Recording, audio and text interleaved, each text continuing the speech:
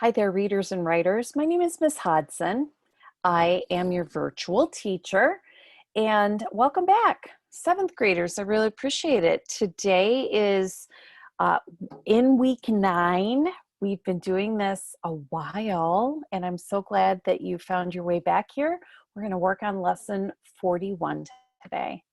We're really looking at how the adolescent brain is changing this week through the lens of responding to social media and how that affects your connection with people in your life, and might cause, anxiety or depression or joy, or what the outcome of that is.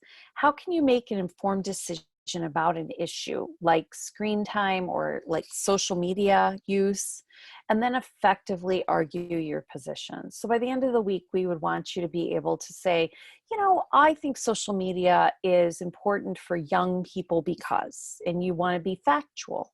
So you want to be able to use that kind of information. Sorry, a little bit of a distraction. I guess that happens when we're learning from home. So those are the guiding questions. And what we're going to focus on today is lesson 41. So go ahead and pause the recording so that you can find your distance learning packet. You've kept good track of it all of these weeks. I really appreciate that. And that you have the article that we've been reading this week.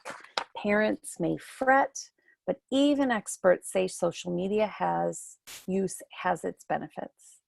Find a lesson 41 and your note catcher and a pencil. You can pause the video if you need to and just push play when you get back, and we'll get started.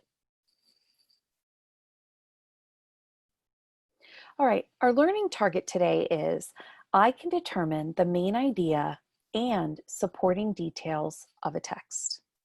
So as we get started, we're actually only going to read the final 3 segments. Let me look.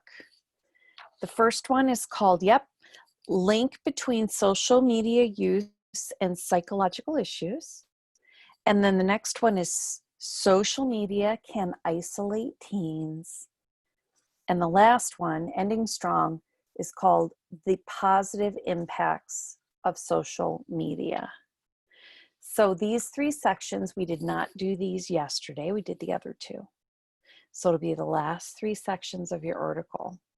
And I'm going to give you a minute to reread it and be thinking about, is it difficult for you to be separated from your social media? Like, how much do you use it? Not at all, it's not your thing, or a lot, like breakfast, lunch, and dinner, it's nourishment for you, and maybe a little obsessive.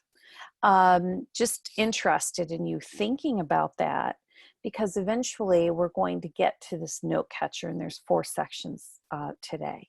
And so you're reading these 3 sections and thinking about, if I'm separated from my social media, how does that make me feel?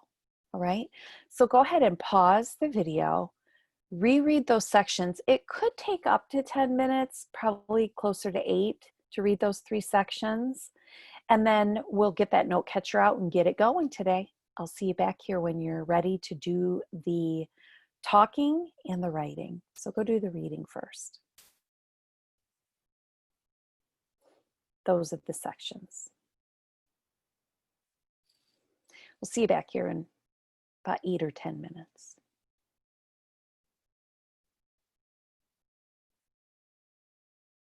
Okay, so I'd like you to have a quick conversation with either a family member or a caregiver or a friend about some of these questions around social media. And remember that social media has both positive and negative outcomes for all of us, no matter how old we are.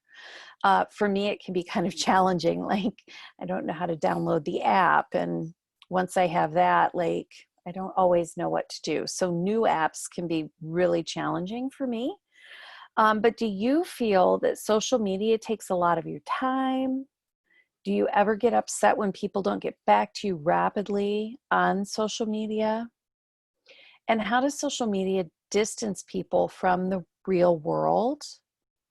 Or possibly, how do you think it helps you stay connected to the real world? Just interesting to think about.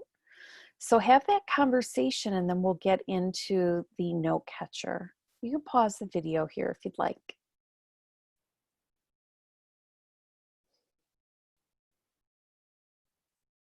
For me, for sure, social media takes a little bit of my time.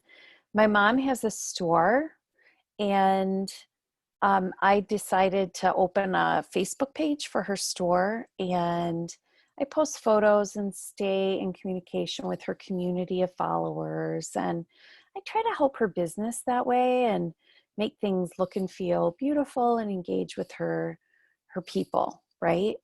She does not want to figure that out, so I do that for her. And I usually check her Facebook feed a few times a day, and I check mine, and it's just something that's not too consuming. Then I have group texts with people in the family and some friends, and then there's all this other media that goes on work related. There's this thing in Google called GChat. That's a quick responding thing. And we use an app called Slack. You might have seen it in some of your classes, or you will when you get into high school. Slack is a way of internally kind of back channel behind the scenes, like solve for things at work. So these are more technical things that maybe we do as adults, but you've got your social media. And I just wonder, how much time does it take every day?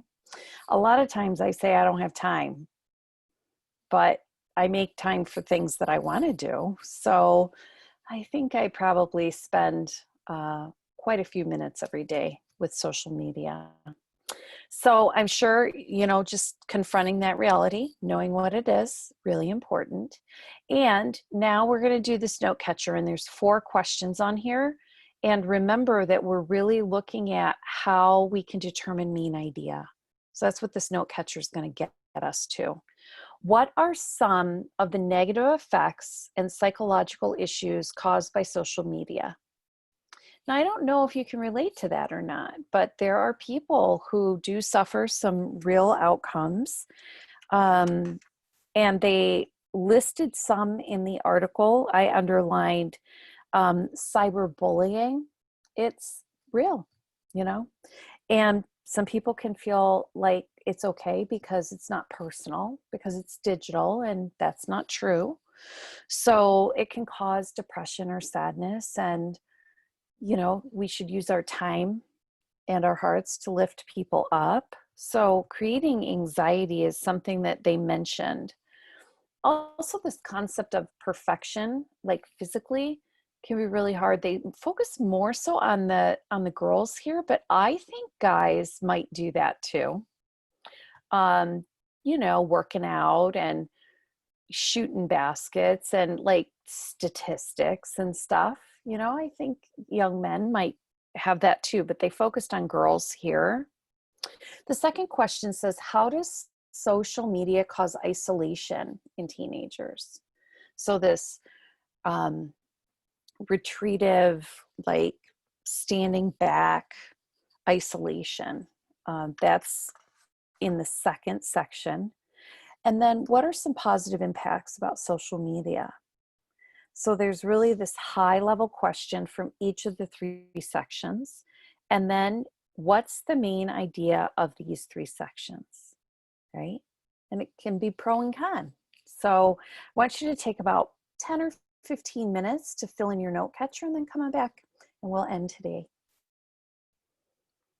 We'll see you soon.